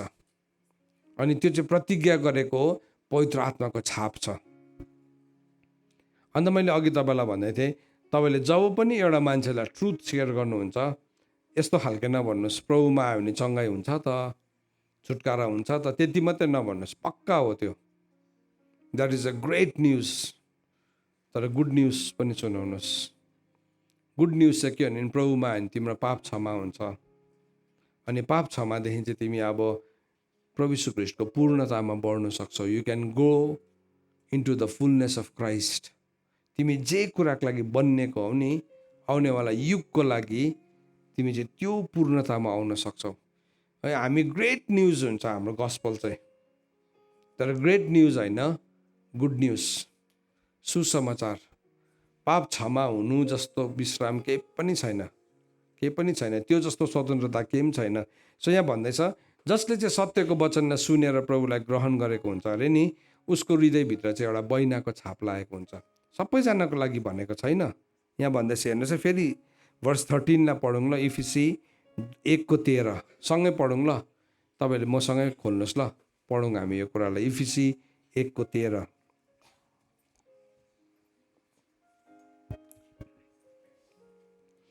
यहाँ के लेखेको छ भने नि, पाए नानीहरूले इफिसी 1:13 ल छिटो कोला पढौँला, हामी सँगै पढौँ। 1 2 3। तिमीहरू जसले सत्यको वचन अर्थात् आफ्नो मुक्तिको सुसमाचार सुन्यौ र उहाँमा विश्वास गर्यौ, उहाँमा नै तिमीहरूलाई प्रतिज्ञा गरेको पवित्र आत्माको छाप लगाएको थियो। आमेन। अब तपाईँहरूलाई सोध्नु पर्यो, पवित्र आत्माको छाप चाहिँ कसलाई लगाएको रहेछ? जोसुकैलाई लगाएको रहेछ? हजुर, उसले यसो चङ्गाई भएको देख्यो, उसले प्रभुलाई विश्वास गरे, पवित्र आत्माको छाप लगाएको रहेछ। हजुर, कतिजनाले लगाएको रहेछ भन्नुहुन्छ? ओके, बुझ्दै हुनुहुँदो रहेछ है। कसलाई चाहिँ लगाएको रहेछ पवित्र आत्माको छाप चाहिँ? हजुर, सत्यको वचनलाई सुनेर विश्वास गरेको। सो तपाईँ अब चङ्गाई त पाउनु पनि आउनु पनि सङ्गतिमा, प्रभुलाई धन्यवाद। तर त्यो सङ्गतिमा चाहिँ नि we have to preach the truth, सत्यको वचन। अब सत्यको वचनको शक्ति चाहिँ के हुन्छ भन्नुहोस् त? त्यसले चाहिँ तपाईँको जीवनमा पवित्र आत्माको छाप लगाइदिन्छ। अनि त्यहाँदेखि भर्स 14मा भन्दैछ, अब त्यो छापको चाहिँ के उद्देश्य रहेछ? पवित्र आत्माको छापको उद्देश्यलाई 14 पदमा हेर्नुहोस्। पाउनुपर्छ पहिले? ओके, पढौँ ल। 1 2 3। परमेश्वरको आफ्नो सम्पत्ति अर्थात् हामीहरूले पूर्ण उद्धार नपाएसम्म उहाँको महिमाको प्रशंसाको निम्ति पवित्र आत्मा हाम्रो उत्तराधिकारको बैना हुनुहुन्छ। सो यहाँ तपाईँले एउटा शब्द भेटाउनुहुन्छ, पूर्ण उद्धार। अरे, पूर्ण उद्धार भन्ने पनि हुन्छ, कतिवटा ठाउँमा चाहिँ मुक्ति भनेको छ यसलाई। सो पूर्ण उद्धार मुक्ति नै हो अफकोर्स। तर यो पूर्ण उद्धार भनेको चाहिँ के हो त त्यसो भए है? सो फर्स्ट फेज चाहिँ पापको क्षमा हो। त्यहाँदेखि पापको क्षमादेखि चाहिँ तपाईँ नि त्यो ज्ञानमा आउनुहुन्छ, त्यो विजडममा आउनुहुन्छ कि हामी चाहिँ आउनेवाला युगको लागि होइन, तर यो युगको लागि होइन, माफ गर्नुहोस्, यो संसारको लागि होइन, तर आउनेवाला युगको लागि म तयारी भएको। आज मेरो सङ्गति आउनुको उद्देश्य, आज मेरो वचन प्रचार गर्नुको उद्देश्य, आज म पवित्र जीवन जिउनुको उद्देश्य चाहिँ केसको लागि हो भन्दाखेरि चाहिँ आउनेवाला युगको। सो तपाईँले देख्नुहुन्छ नि कतिजनाले पवित्र जीवन जिएर जिएर जिएर बुढो भएर एक्लै मरेको, उसलाई केही पनि नोक्सानी भएको छैन। उसले त नि आउनेवाला युगको लागि त यति साह्रो बेसी धन थुपारेर राखेको छ, कल्पना पनि गर्न सक्दैन। उसको धन देख्यो भने नि मान्छे डङ्गै हुन्छ त्यति बेला। प्रभु यीशु ख्रीष्टले के भन्नुभयो मत्तीको किताब 5 अध्यायमा 6 अध्यायमा, तिमीले धन कहाँ थुपार? हजुर, स्वर्गमा, जहाँ चाहिँ के गर्दैन अरे? किरा लाग्दैन, खिया लाग्दैन, चोर लाग्दैन, तीनवटा कुरा लाग्दैन। तर तपाईँलाई थाहा छ तपाईँको अनन्तताको ब्याङ्क एकाउन्ट नम्बर? तपाईँको यहाँको पृथ्वीको एटिएम कार्ड छ नि है तपाईँकोमा? एकाउन्ट नम्बर छ? गुगल पे है के छ नि? केही न केही त छँदै नै छ सबैकोमा। त्यो त तपाईँलाई थाहा छ नि, मलाई पनि थाहा छ मेरो एकाउन्ट नम्बर, यो पृथ्वीको थाहा छ। तर मलाई मेरो स्वर्गको पनि थाहा छ। मलाई थाहा छ त्यहाँ धन थुप्रिरहेको छ। एभ्री टाइम जब मैले सत्य बोल्दैछु नि, आज मेरो राम्रो डिपोजिट हुँदैछ, त्यहाँ राम्रो डिपोजिट हुँदैछ। एभ्री टाइम मैले साँच्चीकै सत्य वचन सुनिकन जब एउटा मान्छे प्रभुमा फर्किन्छ नि, त्यो चाहिँ मेरो लागि धन हो। त्यहाँ त सडक पनि सुनको छ, सडक पनि सुनको छ भनेपछि त सबै चिज धेरै महँगो छ होला है। एक दिन हामी सिङ्गापुरमा गएको थियौँ। त्यो सिङ्गापुरमा त्यो ट्विन टावर छ एउटा, त्यहाँभित्र चाहिँ एउटा मल छ, एकदम एक्सपेन्सिभ मल रहेछ। अनि त्यहाँभित्र पसेको टोइलेट आयो। अन्तखेरि टोइलेट कहाँ छ भन्दाखेरि घुमाउने मान्छे अलिकति अन्कने हो। टोइलेट कहाँ छ भन्दा त अन्कनु पर्ने कुरा त केही छैन, त्यस्तो ठुलो मलमा त जति पनि हुन्छ। टोइलेटको ढोका छेउमा पुऱ्याइदियो एउटा। यसो गएर हेरेको दिन त्यहाँभित्र टोइलेट चलाएको चाहिँ कुनै कति डलर अरे, $50 है कति अरे है। अनि मैले सम्झेको नि त्यस्तो महँगो मलमा त है टोइलेट जाँदाखेरि पनि त्यत्रो तिर्नु पर्दो रहेछ। है के हुँदो रहेछ भनेर तिरेर गएर हेरेँ, के चाहिँ हुँदो रहेछ त यहाँ टोइलेटभित्र चाहिँ। अब टोइलेट त टोइलेट नै हो, त्यस्तो चाहिँ यस्तो पैसा तिर्नुपर्ने चाहिँ के रहेछ भनेर। तर साँच्चै नै भित्र जाँदा त एलिगेन्ट रहेछ टोइलेट त, एकदम पर्फ्युमहरू पनि राखिदिएको रहेछ, निस्किँदाखेरि पर्फ्युम लगाएर निस्किँदा पनि हुने रहेछ। हामी स्वर्ग चाहिँ हाम्रो सुनको सडक छ भनेर हामी भन्छौँ नि है, त्यहाँको एलिगेन्समा जिउनुको लागि चाहिँ नि हामीलाई धेरै धन चाहिन्छ है। सुन्नुहोस्, अन्त प्रभु यीशु ख्रीष्टले धन थुपार स्वर्गमा भन्नुभएको। सुन्नुहोस्, किन चाहिँ धन थुपार्नु स्वर्गमा? त्यहाँको त ज्योति पनि यीशु ख्रीष्ट हुनुहुन्छ। तर तपाईँले कल्पना गर्नुभएको छ किन चाहिँ प्रभुले धन थुपार्नु, स्वर्गमा धन थुपार्नु किन चाहिँ भन्नुभएको होला है? 2-3वटा कारण छ। एउटा कारण त प्रभुले बताउनु पनि भएको छ, जहाँ तिम्रो धन छ त्यही नै तिम्रो के हुन्छ, मन हुन्छ। त अब त्यो युगलाई देख्नु पनि सक्नु पऱ्यो। एउटा कुरा चाहिँ तपाईँलाई थाहा पनि हुनु पऱ्यो तपाईँको त्यो एकाउन्ट छ भनेकन। किन धन थुपार्नुको लागि त एकाउन्ट हुनु पऱ्यो नि। जतासुकै लगेर तपाईँले लु है, तपाईँको बिहान दुध ल्याउने दाजुलाई तपाईँले धन थुपार्नु दिएर हुन्छ? दुधवालालाई हजुर हुँदैन नि। उसलाई दियो भने त बिचरा उसले चलाइदिन्छ नि। बाटोमा हिँड्ने मान्छेलाई धन थुपार्नु दिनुहोस्, उसले चलाइदिन्छ सबै। ब्याङ्क भन्ने शब्द नै के हो? ब्याङ्कको मतलब भरोसा हो नि। भरोसा भनेको ब्याङ्कको अर्थ चाहिँ नि लिटरली नेपालीमा अनुवाद गर्नुहुन्छ ब्याङ्कको अर्थ चाहिँ भरोसा भनेको। पैसा चाहिँ कहाँ थुपार्छ हामी? भरोसा भएको ठाउँमा मात्रै।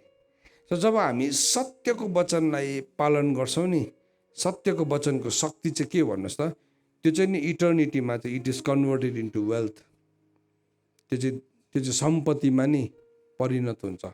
एभ्री ट्रुथ, तपाईँले बोल्नुहुने हरेक सत्यता चाहिँ अनन्ततामा चाहिँ धनमा परिणत हुन्छ, धनमा परिणत हुन्छ। त्यसले गर्दा सत्यद्वारा जिउनुपर्छ, सत्य बोल्नुपर्छ। सत्य चाहिँ हाम्रो जीवनको सास अनि प्रश्वास हुनुपर्छ। सत्य बाहेक हाम्रो लाइफमा अरू कुराहरू हुनु हुँदैन। शत्रुले चाहिँ थुप्रो किसिमको अल्टरनेटिभहरू लिएर आउँछ। त मैले अघि भन्दै थिएँ नि, कतिजना मान्छे सत्यमा जिउँदा जिउँदा जिउँदा जिउँदा गरिब भएछ देख्छ। तर बाइबलमा एउटा खण्डलाई पढ्नु पऱ्यो यति बेला। यो वचनको सत्यता तपाईँलाई देखाउनको लागि हिब्रूको किताबलाई खोल्नुहोस् एकैछिन। हिब्रूको किताब 11 अध्याय, हिब्रूको किताब 11 अध्यायको 24 अनि 25 पदलाई, 25 र 26 पदलाई मूसाको बारेमा भनेको छ। 24देखि लिएर 26 पदसम्म पढ्नु पर्यो। यहाँ के लेखेको छ? हिब्रू 11को 24देखि लिएर 26 पदमा पाउनुभयो सबैले? ओके। जवान भएपछि विश्वासद्वारा मूसाले फारोको छोरीको छोरा कहलाइन इन्कार गरे। पापको क्षणिक सुखभन्दा बरु परमेश्वरको मानिसहरूसँग थिचोमिचोमा पर्न तिनले रोजे। मिश्र देशको धन सम्पत्ति भन्दा ख्रिस्टको निम्ति निन्दित हुन तिनले मूल्यवान सम्पत्ति ठाने, किनकि तिनले आफ्नो दृष्टि इनामतिर लगाएको थियो। हेर्नुहोस् है, द्याट इज द पावर। सत्यको वचनद्वारा जन्मिने शक्ति चाहिँ के हो भने नि, तपाईँले आफ्नो नजर ठिक ठाउँमा लगाउन सक्नुहुन्छ। तपाईँले प्रतिफललाई देख्न सक्नुहुन्छ। त्यो प्रतिफललाई देख्दाखेरि नि यहाँको पाप केही जस्तो पनि लाग्दैन। यहाँ भन्दैछ पापको क्षणिक सुख।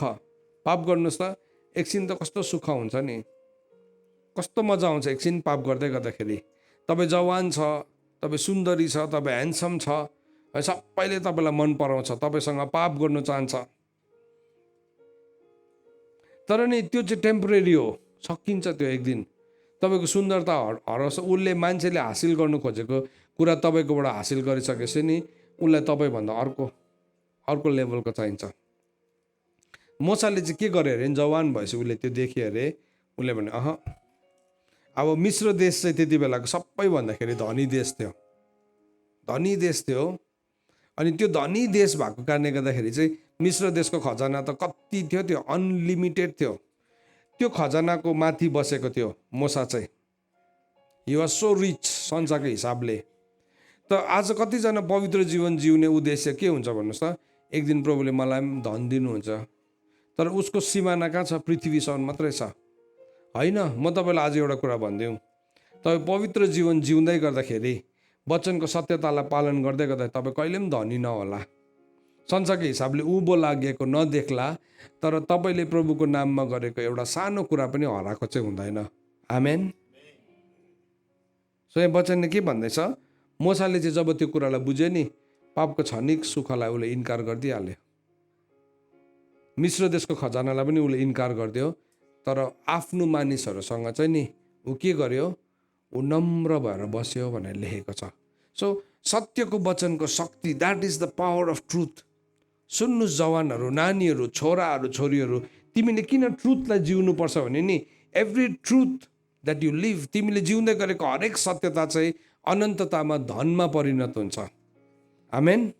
तपाईँको छेउको साथीलाई भन्नुहोस् त, मैले जिउँदै गरेको सत्यता चाहिँ अनन्ततामा धनमा परिणत हुन्छ। यसो प्रभु यीशु ख्रीष्टले भन्नुभयो नि, तिमीले स्वर्गमा धन थुपार भने कसरी चाहिँ थुपार्छ? स्वर्गमा धन, स्वर्गमा धन थुपार भन्ने चाहिँ हामी सबैलाई भन्छौँ, तर कसरी चाहिँ भन्दाखेरि नि, इट इज टु ट्रुथ। जब मोसाले सत्यलाई थाहा पायो, उसले मिश्र देशको खजानालाई छोडेर केलाई हेऱ्यो? प्रतिफललाई, स्वर्गको धनलाई हेर्न सक्यो। He could see that. उसले देख्न सक्यो, भाइहरू देख्न सक्यो। उसलाई पापको क्षणिक सुख केही जस्तो पनि लागेन। उसको लागि नि पाप भयङ्कर भएन, पाप भयङ्कर भएन। अर्कोले नि भयङ्कर गरेर हिँड्दै गर्दाखेरि नि उसलाई केही पनि फरक परेन। हामीलाई फरक कहाँ पर्छ भन्नुहोस् त? जब हामी दुईजना एकै किसिमको ट्राभल गर्दैछौँ, साह्रै फरक पर्दैन। तर साथीले चाहिँ नि 20 लाखको गाडी भोलिको दिन किन्यो भने चाहिँ नि, त्यहाँदेखि चाहिँ प्रभुसँग मन दुख, के हो प्रभु, तपाईँकोमा पनि पक्षपात छ क्या भन्नु थाल्छ। तर प्रभुले मलाई दिनु भएन, धन्यवाद। प्रभुले उसलाई दिनुभयो, धन्यवाद। प्रभुले मलाई दिनै भएन नि धन्यवाद भन्नु सक्नु चाहिँ कति बेला सक्छ भने नि, जब तपाईँले त्यो युगलाई देखेको छ, आउनेवाला युगलाई। सो सत्यको वचनले चाहिँ के गर्छ भने नि, तपाईँको आँखालाई खोलिदिन्छ। इट ओपन यर आइज। मोसाको आँखा खोल्यो नि, उसलाई संसारको केही जस्तो पनि लागेन, केही पनि लागेन उसलाई। ऊ दुखित पनि भएन जीवनभरि। कहिले पनि मोसाले नि एकपल्ट पनि उल्लेख गरेको छैन मिश्र देशबाट मानिसहरूलाई नि प्रतिज्ञाको मुलुकमा डोर्याउँदै गर्दाखेरि मान्छेहरूले यस्तो रिस उठायो, तर मोसाले कहिले पनि भनेन मान्छेहरूलाई, तिमीहरूले है म चाहिँ यस्तो धनी थिएँ, यही मिश्र देशमा चाहिँ म राजा थिएँ, तिमीहरूले के सम्झेको? देखाइदिउँ मेरो पुरानो, नरिस उठाए केटा हो, देखाउँछु नि फेरि मेरो पुरानो। कहिले पनि भनेन, केही पनि थिएन उसकोमा पुरानो। किनभने यदि कोही ख्रिस्टमा छ भने त्यो के हो? नयाँ सृष्टि हो। नयाँ थियो उसकोमा एभ्रिथिङ। तर त्यो नयाँले चाहिँ उसलाई एउटा डाइरेक्सन दिँदै थियो, डाइरेक्सन दिँदै थियो। अब हामीले त्यो कुरालाई बुझेन भने के हुन्छ भन्नुहोस् त? हामी लिमिटेड हुन्छ। सो इफिसीको किताबले के भन्दैछ? परमेश्वरले चाहिँ, अब 14लाई पढौँ ल, इफिसी 1:14। इफिसी 1:14 पदलाई त्यहाँ के भनेर लेखेको रहेछ? यसरी लेखेको छ, परमेश्वरको आफ्नो सम्पत्ति अर्थात् हाम्रो पूर्ण उद्धार नपाएसम्म उहाँको महिमाको प्रशंसाको निम्ति पवित्र आत्मा हाम्रो उत्तराधिकारको बैना हुनुहुन्छ। सो पवित्र आत्माले चाहिँ के गवाई दिनुहुन्छ अरे मेरो लाइफमा? हेर्नुहोस् ल, पवित्र आत्मा आएपछि तिमीहरूले शक्ति पाउँछौ भन्छ नि हामी है। तर त्यो शक्ति चाहिँ के हो रहेछ भन्दाखेरि नि, पवित्र आत्माले चाहिँ बैना अरे। प्रभुले भन्नुहुँदैछ, जबसम्म तिमी त्यो राज्यमा पस्दैनौ नि, तिमीले त्यो अधिकार गर्दैनौ नि, पवित्र आत्मा चाहिँ बैना हो तिम्रो लागि। बैना भनेको चाहिँ के हो भन्दाखेरि, बैना भनेको अलिकति एक्सप्लेन गर्छु है। बैना भनेको चाहिँ तपाईँले केही चिज किन्नु भयो, तपाईँले जमिन किन्नु भयो एउटा मान्छेकोबाट, किन्नु तपाईँको डिल हुँदैछ भने त्यो जमिन किन्नुको लागि फर्स्टमा तपाईँले के गर्नुहुन्छ? तपाईँको एग्रिमेन्ट भएपछि लेखापढी गरेर तपाईँले के दिनुहुन्छ? हजुर, एडभान्स दिन्छ नि, टोकन मनी दिन्छ नि। अब त्यो टोकन मनी चाहिँ तपाईँको सबै भयो, टोकन मनी दिने बेलामा चाहिँ म यो चाहिँ दिँदिनँ कि, तर मैले भने नि मुखले हुन्छ त्यो कारोबार हुन्छ हजुर, त्यो डिल ब्रोकन हुन्छ नि। सो परमेश्वरले पनि हामीलाई पवित्र आत्मा चाहिँ नि बैनाको रूपमा दिनुभएको छ अरे। किन भन्दाखेरि चाहिँ यहाँ भन्दैछ परमेश्वरको आफ्नै सम्पत्ति, परमेश्वरको आफ्नो सम्पत्ति, अर्थात् हामीहरूले पूर्ण उद्धार नपाएसम्म परमेश्वरको सम्पत्ति चाहिँ के हो भने नि प्रभु यीशु ख्रीष्टको ज्ञान, विश्वास, पवित्रता, एकता। जब हामी स्वर्ग अनन्ततामा चाहिँ कस्तो हुन्छ भन्दाखेरि चाहिँ इटर्निटीमा चाहिँ जति यीशु ख्रीष्टको कदसम्म त्यो मान्छे बढेको छ त्यति नै उसको अख्तियार हुन्छ। यीशु ख्रीष्टको कदसम्म चाहिँ म गोलीगाठासम्म मात्रै बढेको छु भने मेरो अख्तियार त्यति मात्रै हुन्छ। म घुँडासम्म बढेको छु भने मेरो अख्तियार घुँडासम्मकै हुन्छ। कम्बरसम्म बढेको छु भने मेरो अख्तियार कम्बरसम्म। अब तिनवटा त डिफ्रेन्ट भयो नि। गोलीगाँठाको लेभल अर्कै हो नि त, घुँडाको अर्कै हो, कम्बरको अर्कै हो। यीशु ख्रीष्टको पूर्णतामा बढेको छु भने चाहिँ नि यीशु ख्रीष्टको जुन अख्तियार छ त्यही अख्तियार मेरो पनि हुन्छ। अन्त प्रभुले के भन्नुभयो? प्रभुले यसरी भन्नुभएको छ नि, जसले जित्छ नि त्यसले चाहिँ मसँग राज्य गर्छ, त्यसले चाहिँ मसँग शासन गर्छ। जसरी कुमालेको भाँडा चाहिँ एउटा फलामको डन्डाले फुटाउँछ त्यसरी नै ऊ यति साह्रो शक्तिशाली हुन्छ, सो पावरफुल। उसको शक्तिको अगाडि चाहिँ हरेक कुरा चाहिँ माटोको भाँडा जस्तो मात्रै हुन्छ। अनि फलामको डन्डा र माटोको भाँडाको एउटा तुलना दिएको छ। है, फलामको डन्डाले त माटोको भाँडा त आरामले फुटाइदिन्छ नि। अरू जति पनि ताकतहरू छ नि उसको अगाडि चाहिँ माटोको भाँडा जस्तो मात्रै हुन्छ, किन उसले चाहिँ त्यो च्याप्टरलाई होल्ड गर्छ। सो यहाँ वचनले हामीलाई भन्दैछ परमेश्वरको आफ्नो सम्पत्ति अनुसार हो त्यो सम्पत्ति चर्च। है, तपाईँलाई नि यहाँ तपाईँलाई साह्रो भइरहेको छ, it will be all right, ठिकै छ। ओहो त्यो हामी पहिला बालक हुँदाखेरि गर्थ्यौँ। अब बढ्छौँ नि, बढ्दै गर्दाखेरि चाहिँ अनन्तताको सम्पत्तिको तुलनामा यो चाहिँ के छ त भनेकन हामी हेर्छौँ, हामी सिक्छौँ। हामीले त्यसलाई सिक्यौँ, हेऱ्यौँ भने चाहिँ के हुन्छ भन्नुहोस् त, हामीभित्र नि यीशु ख्रीष्टको कदसम्म बढ्ने कुरा आउँछ। सो चर्च चाहिँ कहाँ अड्केको छ अहिलेसम्म? अब यस्तो मेसेज त आज सुन्दाखेरि कतिजनालाई बुझ्नु, फिगर आउट गर्नु एकदम साह्रो परिरहेको छ। किन भन्नुहोस् त, हामी कहिले पनि यस्तो प्रचार गर्दैनौँ। हाम्रो प्रचार चाहिँ के हुन्छ, हिन्दी पिक्चर जस्तै हुन्छ। हिन्दी पिक्चर हेर्नु भएको नि है, लास्टमा के हुन्छ, सबै मिलेर ठिक हुन्छ। हिरो र हिरोइनको बिहा हुन्छै हुन्छ, जस्तै छ भने पनि है।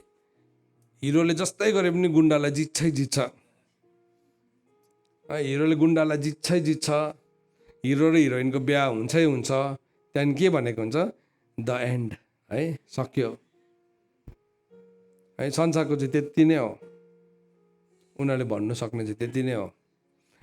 सत्यको वचनलाई थाहा पाइन्छ नि, द एन्ड होइन, द न्यू बिगिनिङलाई हामी हेर्न थाल्छौँ। आमेन। होइन भने चाहिँ हामी त्यही चक्रमा, नानी थियो, बढ्यो, पढ्यो, कलेज पुग्यो, है, त्यहाँदेखि काम पायो, बिहा गर्यो, त्यहाँदेखि फेरि नानी जन्मियो, त्यहाँदेखि फेरि अब नाति नतिना, नानीको पनि बिहा भयो, नाति नतिना भयो, त्यहाँदेखि द एन्ड।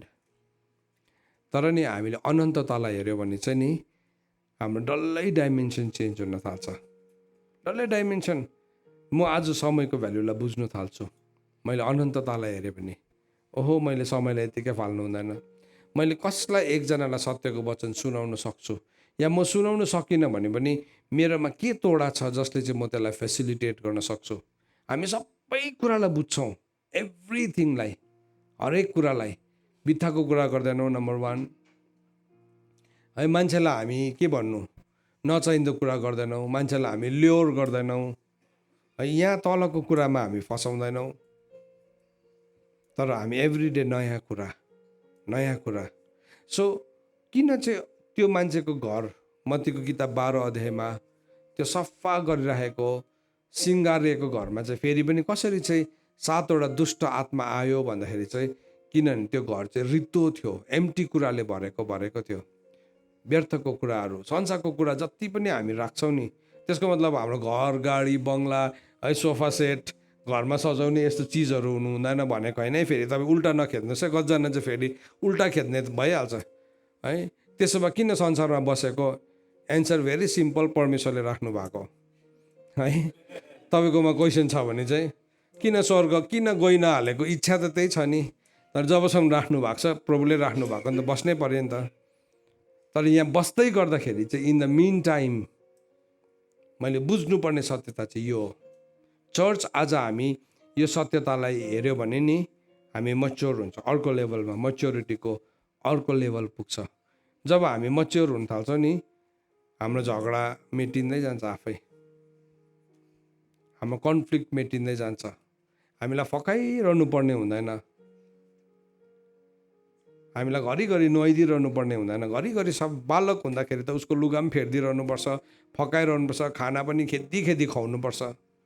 तर आज चाहिँ मलाई आमाले खेदी खाना खुवाउँदै गरेको देख्नु भने कस्तो हुन्छ होला तपाईँहरूलाई, है के भएछ भन्ने हुन्छ है। माया गरेको जस्तो सम्झिन्छ फर्स्ट सन्डे, तपाईँले अर्को पालिदेखि चाहिँ के रङ छ भनेर सम्झिन थाल्नुहुन्छ। किनभने म हुर्केको बालक हो, हुर्केको मान्छे हो, हुर्केको व्यक्ति हो। परमेश्वरले नै हामीलाई त्यो पूर्णतामा बोलाउनुहुन्छ। त्यो पूर्णतामा हामी कसरी जान्छौँ त? How do we go? Last कुरालाई म एड्रेस गर्न चाहन्छु। सकेँ मैले मेरो मेसेजलाई। लास्ट यो कुरा हाउ डु वी गो, म कसरी जान्छु? पहिलो कोरिन्थी 1 अध्याय, दोस्रो कोरिन्थी 3 अध्याय खोल्नुहोस् त। दोस्रो कोरिन्थी 3 अध्याय,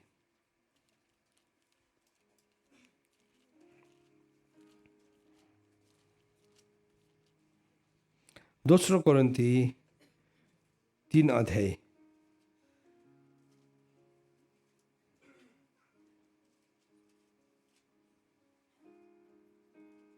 को 16, 17 अनि 18 कहाँदेखि चाहिँ सुरु हुन्छ,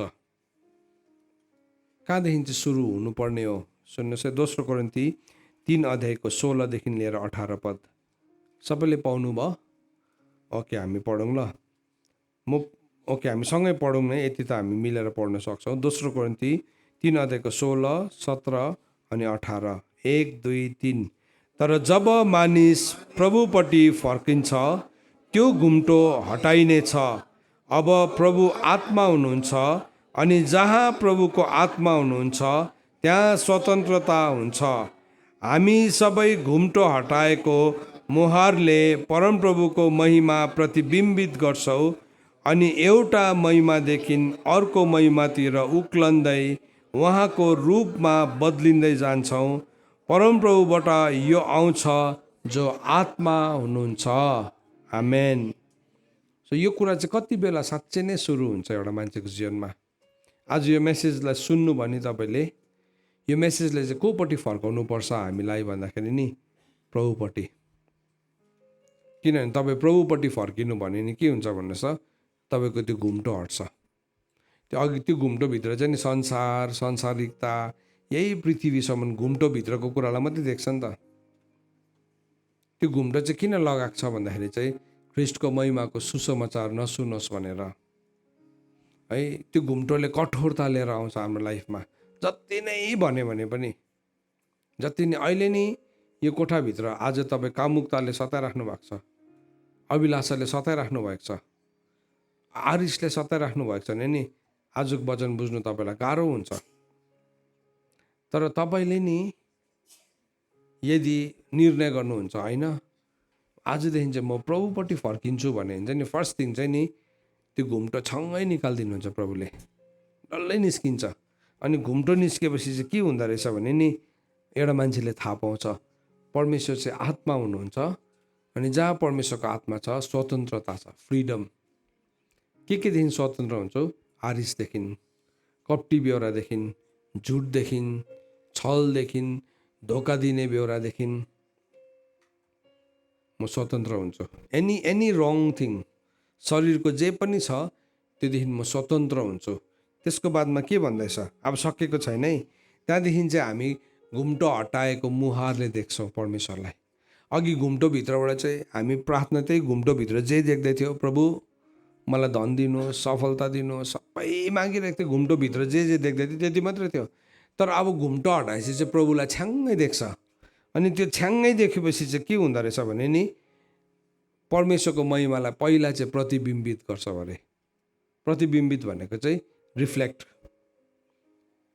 अब मबाट मैले नि प्रभुलाई घुम्टो हटाएको मुहारले हेर्न थाल्यो भने नि म भित्रबाट परमेश्वरको महिमा चाहिँ रिफ्लेक्ट हुन थाल्छ। सो तपाईँलाई देख्दै गर्दाखेरि चाहिँ नि मान्छेहरूले थाहा पाउन थाल्छ यो मान्छेले परमेश्वरको महिमालाई बोकेको छ। यो मान्छे धनी पनि छैन, पैसावाला पनि छैन, केही पनि छैन, एज सच त्यस्तो पृष्ठभूमि पनि छैन, आमा पनि मरेको रहेछ, इत्यादि इत्यादि सो मेनी थिङ। संसारले हेर्ने त्यस्तै हो नि त। तर यो मान्छेमा के छ, उसले चाहिँ केही कुरालाई रिफ्लेक्ट गर्दैछ। नम्बर 1 उसले प्रतिबिम्बित गर्छ। नम्बर 2 त्यहाँ भन्दैछ ऊ एउटा महिमादेखि चाहिँ अर्को महिमामा सर्नु थाल्छ। प्रतिबिम्बित मात्रै गर्दैन, प्रतिबिम्बित गर्नुको लागि चाहिँ अब एउटा ग्लास जस्तो ऐना छ भने ऐनामा लाइट ठोक्यो भने त्यसले उता प्रतिबिम्बित गर्छ नि, रिफ्लेक्ट भनेको नि त्यो चाहिँ। तर ऊ चाहिँ के हुन्छ अरे, अब रिफ्लेक्सन गर्ने मात्रै होइन ग्लोरीलाई, तर ग्लोरीमै परिवर्तन हुन्छ अरे, महिमामै परिवर्तन हुन्छ। त्यहाँदेखि चाहिँ नि उसको जीवनमा आएको कष्ट, हरेक आज कतिजना प्युरिफिकेसनबाट जान्दै हुनुहुन्छ, आज कतिजना शुद्धिबाट जान्दै हुनुहुन्छ। We don't like that change, हामीलाई मन पर्दैन त्यो परिवर्तन। तर त्यो चाहिँ बेटर हो हाम्रो लागि, राम्रो किन भन्नुहोस्, त्यसले हामीलाई एउटा महिमादेखि कहाँ सार्छ, अर्को महिमामा। नम्बर 2 पहिला प्रतिबिम्बित गर्छ, नम्बर 2 ऊ एउटा महिमादेखि अर्को महिमामा सर्छ, अनि नम्बर 3 चाहिँ के भन्दैछ भने नि त्यो मान्छे आफै नै उहाँको रूपमा बदलिँदै जान्छ। सो हामी सबैजना यो प्रोसेसमा छौँ। कसैको चाहिँ भर्खर घुम्टो हटाइँदैछ, बट इट इज गुड, राम्रो हो, किनभने तपाईँ त्यसको दोस्रो चरणमा चाहिँ नि प्रभुको महिमालाई प्रतिबिम्बित गर्ने ठाउँमा पुग्नुहुन्छ। तर कतिजना चाहिँ घुम्टो हटाउनै दिँदैन, यो घुम्टो चाहिँ नहटाइदेऊ। जस्तो कि इजरायलीहरूले आजसम्म पनि व्यवस्था पढ्दै गर्दाखेरि चाहिँ नि उनीहरूले यीशु ख्रीष्टलाई प्रभु भनेर चिन्नै सकेको छैन। उनीहरूको हृदयभित्र एउटा कठोरता आएको छ। अनि के भएको छ, तर मान्छे चाहिँ यीशु ख्रीष्टतर्फ फर्क्यो भने चाहिँ घुम्टो हटाइन्छ, अनि प्रभु आत्मा हुनुहुन्छ, अनि जहाँ प्रभुको आत्मा हुनुहुन्छ नि त्यहाँ चाहिँ स्वतन्त्रता हुन्छ। अनि हामी सबै घुम्टो हटाएको मुहारले परमेश्वरको महिमालाई प्रतिबिम्बित गर्छौँ, एउटा महिमादेखि अर्को महिमातिर, र उहाँको रूपमा बदलिँदै जान्छ अल्टिमेटली त्यो मान्छे। हेर्नुहोस्, तपाईँको विश्वासको जीवन चाहिँ नि हरेक वर्ष चाहिँ तपाईँ अगाडि आएर नि प्रार्थना गर्दाखेरि प्रभु म त जस्तो छु त्यस्तै छु, त्यो चाहिँ तपाईँको चोइस हो। बाइबलले चाहिँ भन्दैछ तपाईँ यीशु ख्रीष्टको रूपमै बदलिनु सक्छ। यदि म यीशु ख्रीष्टको रूपमा बदलिनु सक्छु भने वाइ नट, मलाई त मनपर्छ त्यो, म त चाहन्छु त्यो कुरामा। तर घुम्टोले चाहिँ मलाई के गर्छ भने नि यहाँदेखि चाहिँ त केही पनि छैन बाहिर, यहाँदेखि केही पनि छैन बाहिर, यति नै हो, लिमिटेड। सो किन चाहिँ हाम्रो जीवनमा पूर्ण उद्धार आउनुपर्छ, किन हामी चाहिँ खोक्रो छलमा बस्नु हुँदैन भन्दाखेरि चाहिँ नि अब त्यो पूर्ण उद्धारमा आउँदै गर्दाखेरि चाहिँ हामी यो लेभलमा जिउँछौँ। सुन्नुहोस् चर्च, आज तपाईँ जतिजना पनि आज यहाँ आउनुभएको छ, तपाईँको जीवनको लक्ष्य कहाँ छ? यो संसारिकतामा हामीले हराएको त छैनौँ, वी हेभन लस्ट। तपाईँ कतिजनाको जीवन आज हाम्रो यहाँ चर्चको एकजना छोरीको विवाह हुन आँटेको छ, तयारी पनि भइरहेको छ हामीहरू, तर त्यो एन्ड होइन। त्यहाँदेखि चाहिँ त्यो एउटा जर्नी हो। आज कतिजना जर्नीमा हुनुहुन्छ, तपाईँको घुम्टोलाई खोल्न दिनु भने, यदि प्रभुलाई हटाउन दिनुभयो भने, यदि तपाईँ त्यो खोली माग्नलाई तयारी हुनुहुन्छ भने चाहिँ नि तपाईँले नढाकिएको मोहराले यीशु ख्रीष्टलाई देख्नुहुन्छ। तपाईँ अर्काको फिलोसफीद्वारा यीशु ख्रीष्टलाई हेर्नुहुन्न, मान्छेको भनाइद्वारा यीशु ख्रीष्टलाई हेर्नुहुन्न, फेस टु फेस हेर्नुहुन्छ। त्यहाँदेखि त्यो प्रोसेस सुरु हुन्छ, reflection, one glory to another, ultimately प्रभुकै रूपमा बदलेर जान्छ अल्टिमेटली दुलही। सो समय सकिँदै गर्दाखेरि कतिजना चाहिँ नि घुम्टोभित्रै समय सकिन्छ उसको। सुन्नुहोस् ल, अब लास्ट पोइन्ट, कतिजनाको चाहिँ पृथ्वीको समय घुम्टोभित्र नै सकिन्छ। त्यो घुम्टो चाहिँ कति बेला हटाउँछ भने नि जब यो पृथ्वीमा मर्छ नि उसले त्यहाँ पो देख्छ, ओहो यत्रो बेसी कुरा थिएछ। कतिजनाको समय चाहिँ नि घुम्टो हटाएर सकिन्छ, घुम्टो हटाएर कुरा बुझ्नु थाले नि पृथ्वीको समय सकिहाल्यो नि, कस्तो विश्वास है। तरै भए तापनि प्रभुलाई महिमा होस्। अनि कतिजना चाहिँ के हुन्छ नि कुरा बुझ्नु थाले नि उसले चाहिँ महिमालाई प्रतिबिम्बित गर्नु थाल्छ, अनि एउटा महिमादेखि अर्को महिमामा बदलिन्छ, अनि अल्टिमेटली यीशु ख्रीष्टको रूपमा परिवर्तन हुन्छ। सो तपाईँलाई कसैले झुट बोल्न नपाओस्। नोबडी इज पर्फेक्ट, कोही पर्फेक्ट छैन, कोही पर्फेक्ट हुनु सक्दैन भन्ने झुट बोल्नु नपाओस्।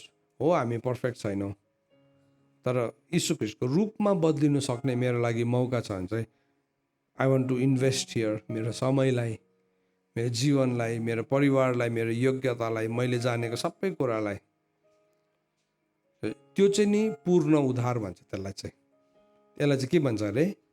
पूर्ण उद्धार। पूर्ण उद्धारको प्रोसेस यीशु ख्रीष्टमा फर्किनु, घुम्टो हट्नु, प्रतिबिम्बित गर्नु, महिमादेखि एउटा महिमादेखि अर्को महिमामा, अनि अल्टिमेटली उहाँको स्वरूपमा परिवर्तन हुँदै जानु। परमेश्वरको वचन पढाइ अनि सुनाइमा परमेश्वरले हामी सबैलाई आशिष गर्नुभएको होस्। आमेन।